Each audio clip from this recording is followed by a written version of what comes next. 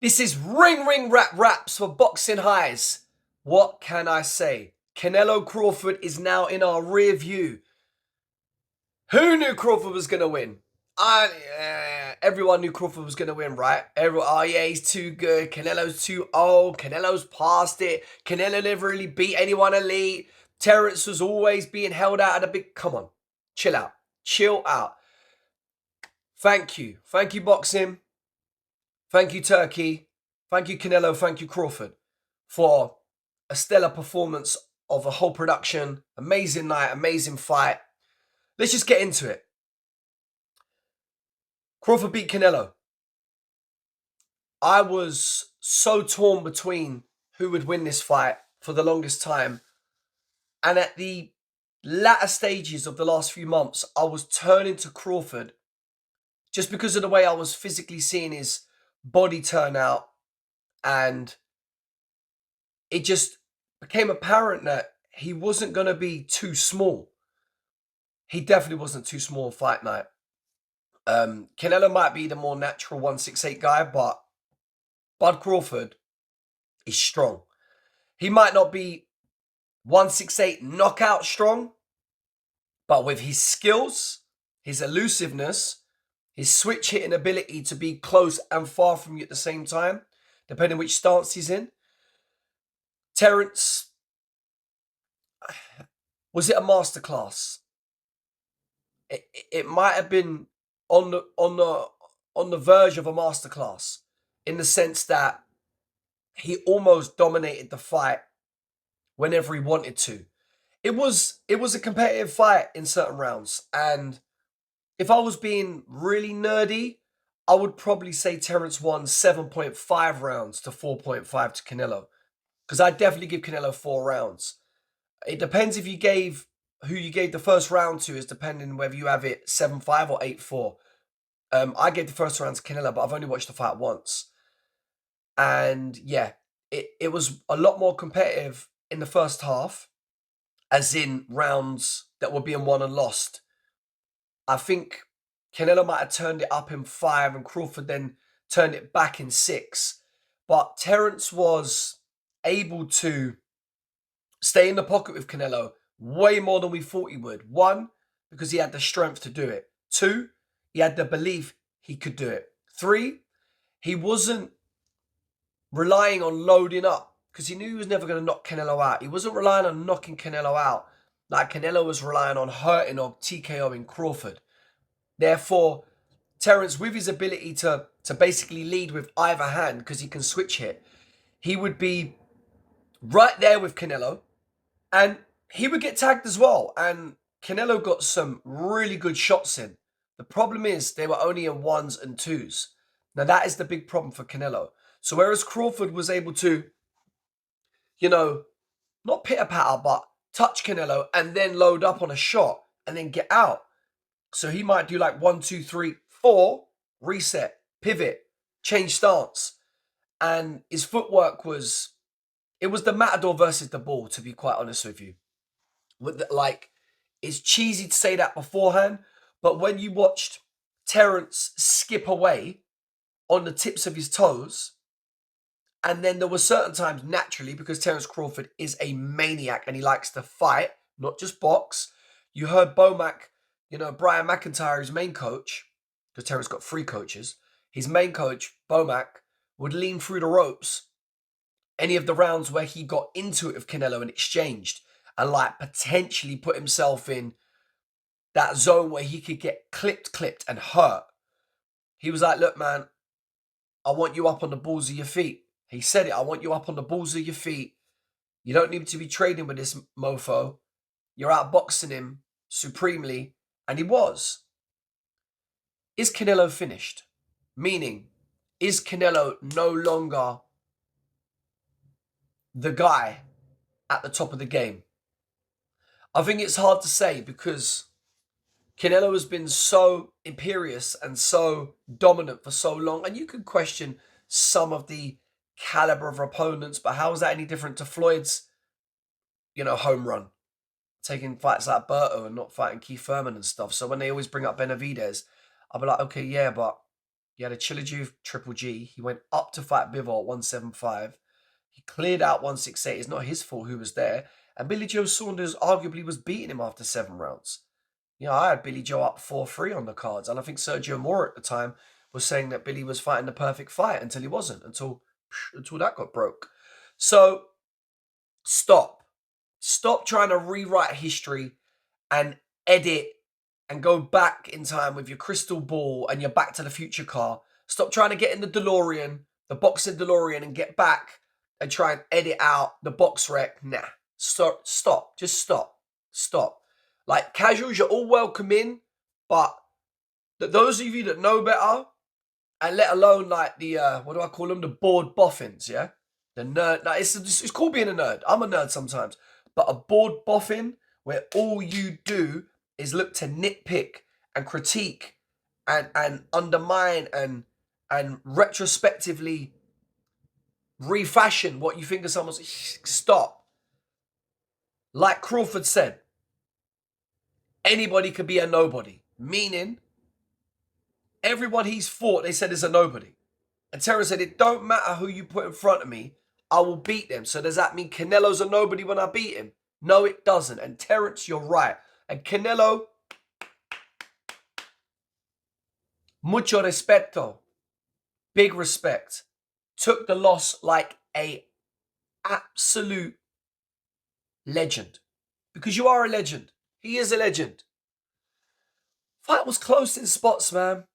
There was the whole picture of the fight was for Crawford, but there were definitely rounds in there where Canelo got to him.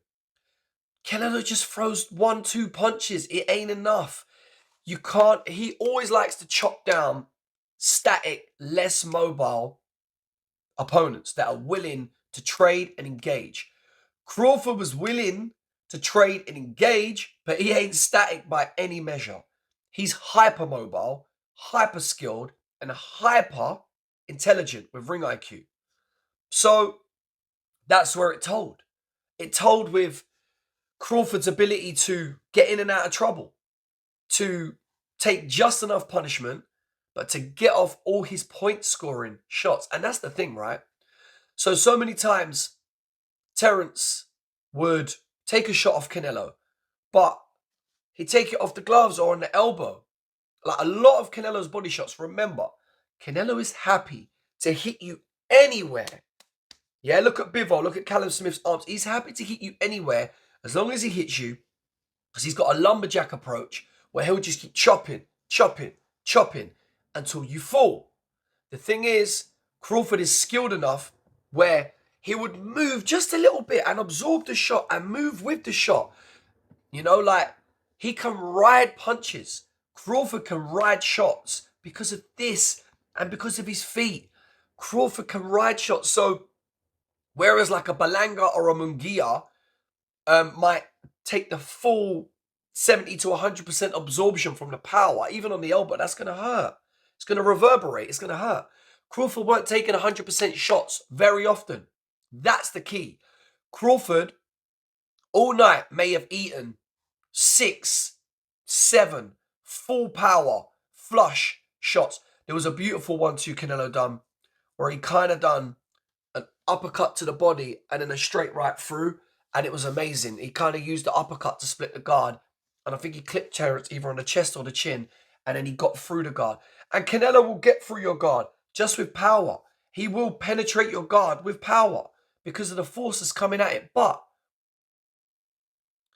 he'd had double the amount of rounds going into this fight. I did not know that Canelo was on 540 something and Crawford was on 220 something rounds. I did not know.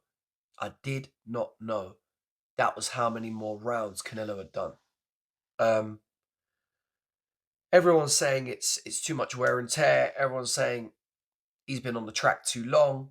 Everyone's saying this would be, you know, you could understand if he wanted to bow out now. There's no chance Canelo's retiring. 1, he doesn't need to. 2, why should he? Think about it. Did Joe Louis retire after his 10-year reign at heavyweight supremacy?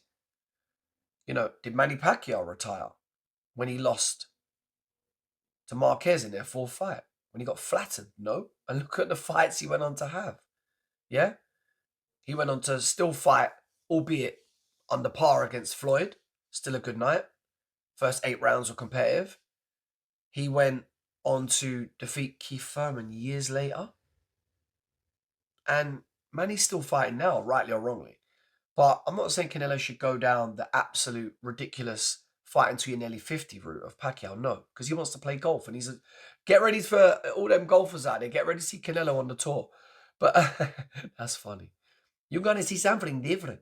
But yeah, it was a good fight. It was a good representation of boxing. 2 elite guys. It was a throwback matchup. Big up Turkey for the matchup. When it first got announced, I kind of looked at it like, really? But we didn't realize how much blood had been boiling down all these years. That's actually something that, I'm not going to lie, it perplexes me. I ain't going to lie. I'm a purist. And yeah, if you stay within the rules and do what you got to do.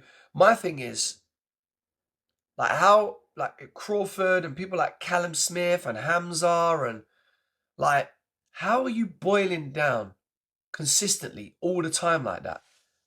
It makes me wonder about matchups in general, weight-wise. It makes me wonder about people fighting at their best weight, etc. Because retrospectively, you could say Crawford just done an absolute assassin job on Canelo and planned his mission and executed it perfectly. But my thing is this. Could Crawford consistently compete at 168? Now you might think that's ridiculous to say.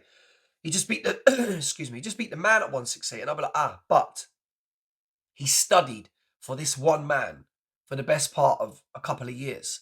Because he's been calling that Canelo for 2 years. So, and Canelo's got a certain format and style. Seek, destroy like the ball, charges you, only lets off a couple of shots with intent, with purpose to hurt you. But if he can't catch you often enough or clean enough to hurt you, can he beat you? So like, when people are now talking about Crawford versus David Benavidez, I'm like, I'm not saying Crawford couldn't or shouldn't fight Benavidez. He beat his brother. I mean, crazy. He knocked him out with 11 seconds to go in the fight. That was the night when I knew Terence Crawford was different. That I wasn't really on his 135 hype train. When I saw him do that to Jose Benavidez Jr., that's when I knew that he was a killer, because it was personal between them at the time, and he waited until the last minute and still knocked him out in the 12th. But David Benavidez throws 8, 9, 10 punches at a time, and he's bigger than Canelo. So, no. I'm going to go out on a whim and say Terence Crawford is the man of this era, but just relax. Like, what are you gonna? Because Bivol was willing to come down to 168 to fight Canelo. So what? You want Bivol to fight Crawford now? You want Benavidez to fight? No, stop. I don't hate the rematch, by the way. The only problem is, unless Canelo was able to magically kind of add something new to his arsenal, I don't really see what he could do different. He might nick an extra round. He might make it a solid 7-5, but I don't really see how he gets more.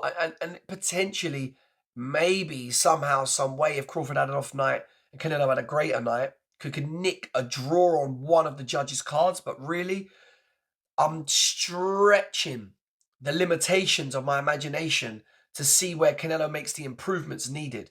It's not that he's not good enough to beat Crawford in the sense of what he can do. It's that the stuff he does best, he can't do consistently and often enough within those 12 rounds to beat Crawford. Because Crawford just physiologically is fresher and younger than Canelo. And that's Crawford's words, not mine. So, what did we learn? We learned that Terence Crawford is the baddest man of this era.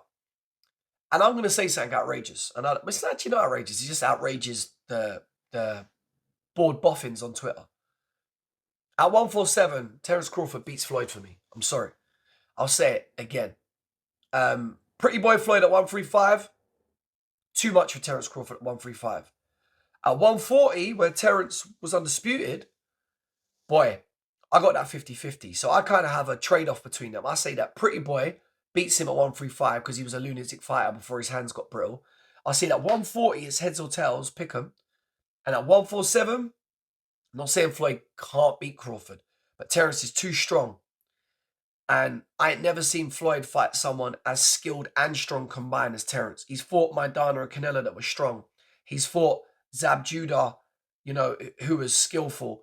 I ain't never seen Floyd fight someone as twitchy as him, not as defensive, but as twitchy, who can switch, who hits harder than him, and who's bigger and stronger than him at the weight. Nah. At 147, I got Bub beating Floyd, and I said that a year ago. I said that when he beat Spence. At 147, all right, there is an asterisk there. Pretty Boy Floyd beats Terence Crawford at 135. But Terence Crawford is the man right now. I mentioned Floyd because Floyd and Pacquiao before Canelo were the men back then. So, yeah, Terence Crawford is the man right now. But it's weird because his career has an unusual trajectory, meaning that he got his best fights and his flowers right at the end. Not many guys get their flowers right at the end, you know, where 2 of their last 3 or 4 fights define their career because he was underpromoted, underappreciated, and undervalued, and just not known enough before now. So big up Riyadh Season, big up Ring Magazine, big up Turkey, and yeah, great event. Great event. Canelo, keep it moving. Come back. Move up. Fight Bivol. Bivol's undisputed. He's not fighting better BF. We'd still watch it. Go up, maybe. Put on a bit more weight. I don't know. He tried to come in slick against Crawford, but Crawford's just too naturally, you know, smaller and quicker than you, and he's a better mover than you. Then again, Bivol's a better mover than you, and he's bigger than you, so I don't know.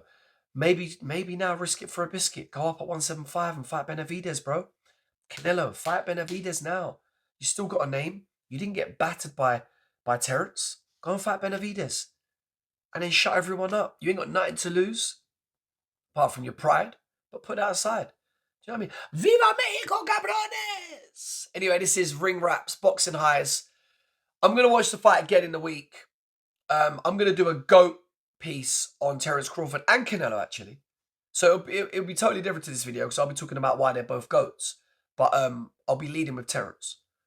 And yeah, for all those bored boffins out there who want to go back in time and re-edit and da-da-da, I don't mind if you were one of these people that said what you're saying now back then. Like, that's fine. So if you said, you know, oh, Loma lost to Tio because he had an effed shoulder, or Pacquiao's shoulder was effed against Floyd. If you said it back then, and I heard or know that you said it back then, if you start saying stuff now like, oh, when Canelo beat Cotto and he lost to Lara, nah, stop it. Stop it. Stop it. Be consistent. It's fine. Shit happens as well. You're not always going to get the perfect judging and scorecards, but things are getting better now in boxing. So let's go.